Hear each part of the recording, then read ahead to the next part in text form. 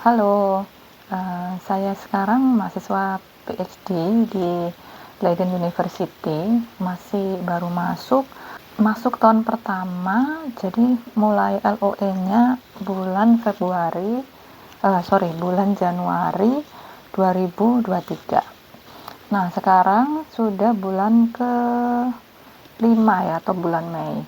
Nah, saya ke sini datangnya pada tanggal 6 Februari. Jadi 1 bulan di Indonesia, kemudian setelah itu baru ke Belanda karena sangat mepetnya ya kondisi pengumuman beasiswa dengan waktu dimulainya perkuliahan. Nah, kemarin itu saya dapat salah satu beasiswa di Indonesia yang targeted untuk dosen. Nah, itu pengumuman batch 2 bulan November, seingat saya November atau Oktober ya. Nah, kemudian dilanjut langsung ya, saya langsung mengurus visa, kemudian akomodasi dan lain-lain, hingga akhirnya saya di bulan Januari itu berhasil dapat akomodasi. Jadi memang akomodasi ini paling susah kalau di Belanda. Susahnya sebenarnya bukan susah ya, susahnya itu karena yang available itu nggak sesuai dengan budget, artinya kemahalan. Atau ada yang murah tapi jauh sekali dari kampus. Jadi itu yang menjadi permasalahan. Sebenarnya nggak sesusah itu kalau kita punya uang. Jadi kita bisa sewa kamar yang lumayan dekat dengan kampus dan juga harganya masih bisa kita bayar lah ya, kira-kira seperti itu. Nah, itu masalah klasik kalau housing student. Memang untuk biaya sewa memang mahal di sini ya. Jadi memang salah satu problem tersendiri, bahkan di kampus Amsterdam itu sampai mahasiswa itu menuntut agar kampus nggak menambah lagi mahasiswa internasional, karena kasihan ya, bukan karena kebencian atau apa, tapi karena kasihan mahasiswa-mahasiswa ini kesulitan untuk mendapatkan akomodasi gitu. Jadi di sini ada kalau teman-teman lihat mungkin di saran-saran di internet, baik di halaman kampus juga mungkin di webpage kampus, mereka akan menyarankan beberapa situs yang menyediakan informasi atau iklan kamar. Salah satunya adalah room.nl. Tapi room.nl ini kalau di kota-kota besar termasuk di Amsterdam, kemudian Leiden, itu sangat sangat panjang sekali antrinya. Jadi sistemnya bukan berarti ketika kita daftar kita langsung bisa istilahnya apply, kita bisa langsung dapat kamar gitu. Begitu kita ingin sebuah kamar, kayak cepet-cepetan kita menghubungi untuk berminat ya, biasanya kan kalau di Indonesia seperti itu ya, cepet-cepetan siapa cepat dia dapatnya, seperti itu. Tapi kalau kita menggunakan jasa room.nl itu kita akan masuk ke waiting list. Jadi ketika kita daftar kita langsung otomatis masuk ke waiting list. Nanti ada beberapa iklan kamar yang akan mereka tampilkan secara rutin. Kemudian kalau kita tertarik dengan kamar itu, kita bisa react ya, atau menunjukkan minat kita terhadap sebuah kamar. Nah, kemudian baru kalau kita sudah masuk ke kayak 10 besar, kayak 10 teratas atau 5 teratas lah, itu besar chance-nya kita akan dapat kamar cepat gitu. Karena setelah iklan ditutup untuk sebuah kamar, maka biasanya kita akan diberikan email penawaran gitu oleh room.nl. Kira-kira kamu masih mau dengan kamar ini enggak? Kira-kira seperti itu. Nah, kalau kita minat maka lanjut ya prosesnya, lanjut dengan pembayaran dan lain sebagainya, tanda tangan kontrak. Kalau nggak sesuai maka ya nggak apa-apa, kita bisa nolak gitu. Nah, jadi cerita tentang room.nl ini panjang sekali ya teman-teman ya. Jadi kalau memang tertarik akan saya ceritakan sendiri khusus untuk housing di Belanda itu seperti apa huntingnya. Nah, singkat cerita, ada insiden ketika saya akan pindahan. Tepatnya sudah pindah sebenarnya sih. Jadi saya sudah dapat kamar di Leiden. Jadi awalnya itu saya dapat room.nl, lokasinya di Den Haag. Ya, itu memang lokasinya bagus sebenarnya, jadi dekat dengan dekat dengan pasar juga, dekat dengan supermarket. Nah, tapi lokasinya kan saya kantornya atau kampusnya di Leiden ya, jadi lumayan, kira-kira 5 euro untuk sekali jalan. Karena misalnya kalau pakai kereta ya, kalau naik kereta kan 5 euroan, belum lagi naik bus ke sentral. Jadi lumayan 5-6 euro ketika satu kali berangkat, dan PP berarti sekitar 11 atau 12-an gitu. Jadi lumayan kalau menurut saya, sehingga saya harus cari lagi di Leiden. Nah, akhirnya dapat.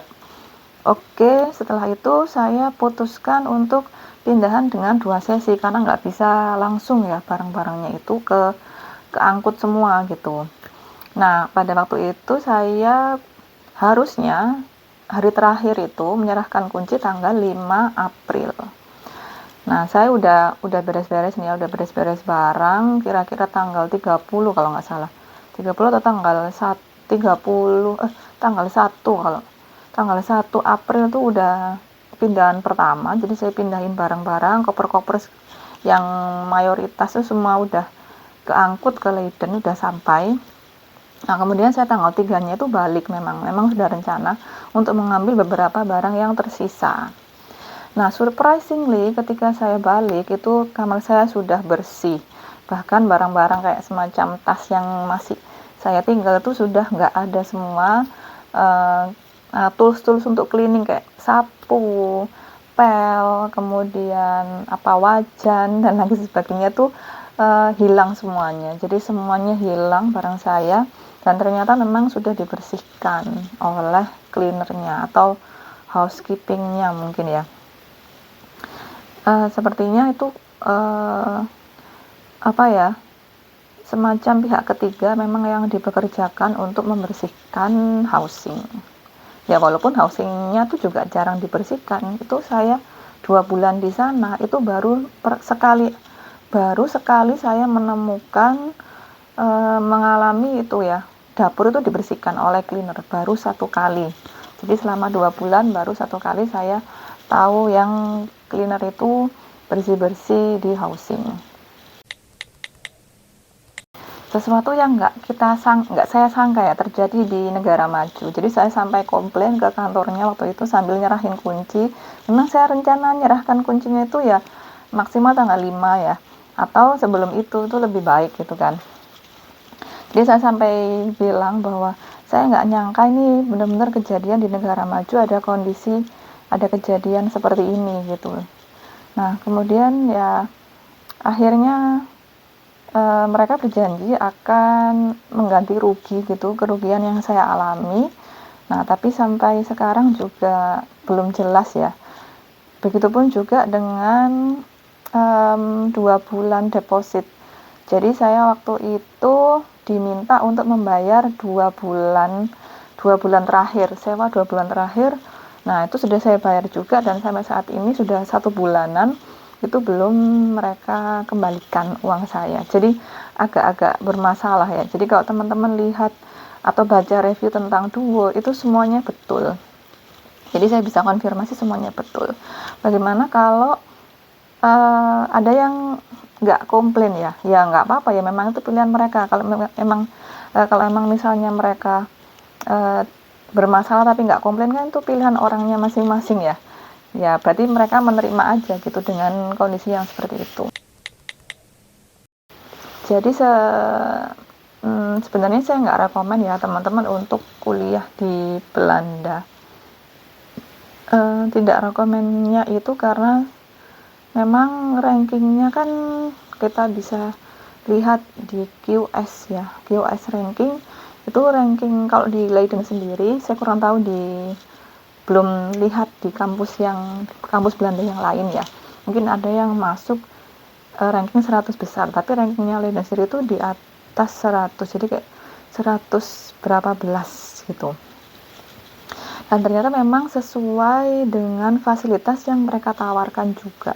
Jadi di sini nggak ada musola, ada sih cuman satu Ini kan kampusnya pisah-pisah ya teman-teman ya, jadi kayak kalau di ITS itu kalau di Surabaya itu kayak di UNER, jadi ada kampus A, B, dan C. Kalau UI kan juga ada kampus di Depok juga. Nah, ini juga seperti itu, ada kampus di Leiden, ada kampus di Den Haag. Kampus di Leiden ini yang paling banyak lokasinya dan mencar-mencar gitu. Ada yang dekat Central Station, ini lokasi saya dekat Central Station. Kemudian ada yang di dekat kota sebelah gitu. Kemudian ada yang di agak ke selatan, jadi ya kira-kira berapa ya, 1,5 sampai 2 kilometeran gitu jaraknya. Nah, kemudian ada musola itu cuma di satu gedung aja, namanya Gedung Lipsius. Jadi lokasinya di seberang perpustakaan umum ya, atau public library-nya Leiden. Nah, library-nya tuh juga saya sangat sangat surprise, karena dulu waktu saya S2 di King's College London itu library-nya sangat spesies, artinya bisa menampung banyak sekali mahasiswa. Jadi di setiap lantai library itu ada tempat untuk kita bisa duduk dan belajar ya. Bahkan ada PC-PC yang disediakan gitu, hampir di setiap lantai itu ada. Nah, di sini study room-nya hanya di satu lantai. Waktu itu saya ke public library nyoba-nyoba ya, pengen tahu gimana study room-nya, itu hanya di satu lantai. Dan memang lokasinya tempatnya sangat kecil, jadi study room-nya itu sangat kecil. Bahkan bukan saatnya exam itu penuh ya, sangat penuh dengan mahasiswa yang belajar. Saya nggak bisa bayangkan gimana kalau exam. Makanya waktu saya baca itu di internet ada yang bilang kayak 8:30 itu sudah nggak dapat tempat lah kalau ke perpus 8:30 waktu exam tuh. Nah, tapi saya pernah di perpus di Den Haag, itu spesies ya, jadi sangat luas, modern, jadi kayak kafe gitu. Jadi perpus tapi juga kayak kafe. Nah, cuman ya gitu, itu cuman satu lantai aja gitu. Sekali lagi, jadi nggak bisa, walaupun besar tapi tetap nggak bisa sebesar seperti yang di kampus saya S2 dulu. Jadi tetap masih kurang gitu. Nah, makanya di sini ada library yang lain ya, selain dari kampus. Itu teman-teman bisa jadi member di sana juga gitu.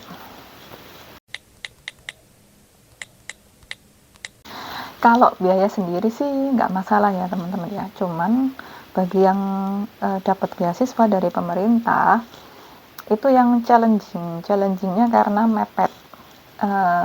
Jadi saya sendiri itu bisa bertahan, maksudnya walaupun telat-telat ya pencairan, itu saya masih bisa bertahan karena saya pribadi pilih kamar yang harganya cuma 500 sebulan.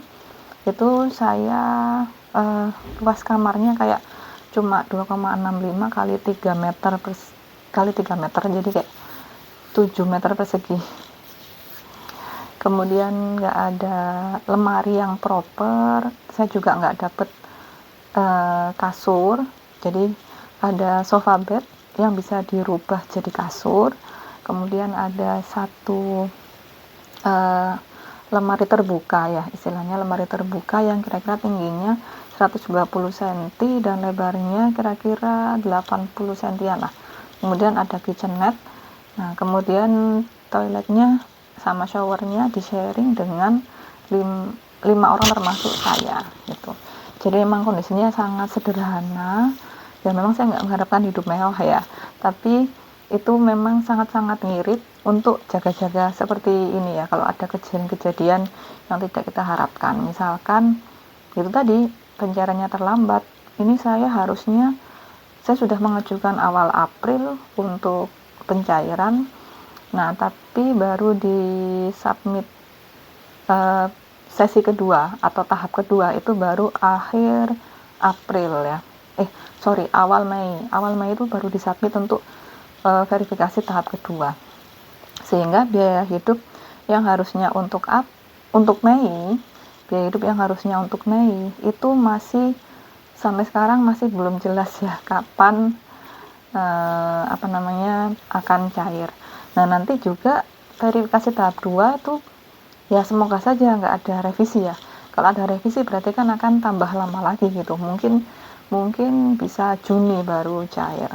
Karena kalau verifikasi tahap kedua itu oke, ya itu biasanya 1 bulan baru nyampe ke rekening. Itu jadi total 2 bulan ya berarti.